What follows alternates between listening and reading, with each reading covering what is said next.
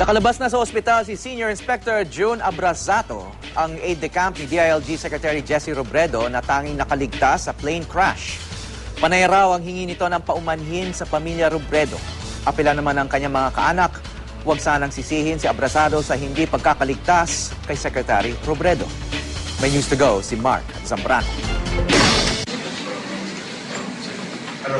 Alas 3:30 ng hapon nang ma-discharge sa Philippine General Hospital si Senior Inspector June Abrazato, ang nakaligtas na aide-de-camp ni DILG Secretary Jesse Robredo mula sa plane crash sa Masbate. Ayon ito mismo sa bayaw ni Secretary Robredo na si Dr. Rafael Bundok. Kwento ng doktor, umiyak daw nang humingi ng paumanhin si Abrazato sa kanyang asawang si Dr. Josephine Robredo Bundok, ang kapatid ng kalihim.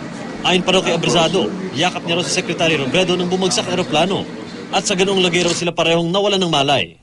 Nang magkamalay raw si Abrazato, sinubukan niya pa raw kapain ng kalihim, subalit lubha raw madilim kung saan sila bumulusok sa ilalim ng dagat. Gamit ang isang bag, nagawa raw lumutang ni Abrazato. Ayon pa kay Dr. Rafael Bundok, na mag-araw ang braso ni Abrazato bunsod ng impact ng pagbagsak ng eroplano.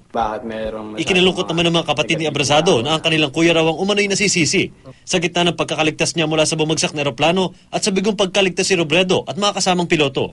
Huwag naman daw sana mapagbuntunan ng kanilang kapatid, lalo't wala naman daw may gusto sa nangyaring trahedya. Hindi pa namin nakukuha ang kwento straight from my brother's mouth. Kung anong sinasabi niya, alam kong yun yung totoo. Ayon sa magkakapatid, inspirasyon daw nila ang kanilang kuya na mabuting tao raw at gustong sundan ng yapak ng kanilang amang pulis na kaibigan ni Secretary Robredo.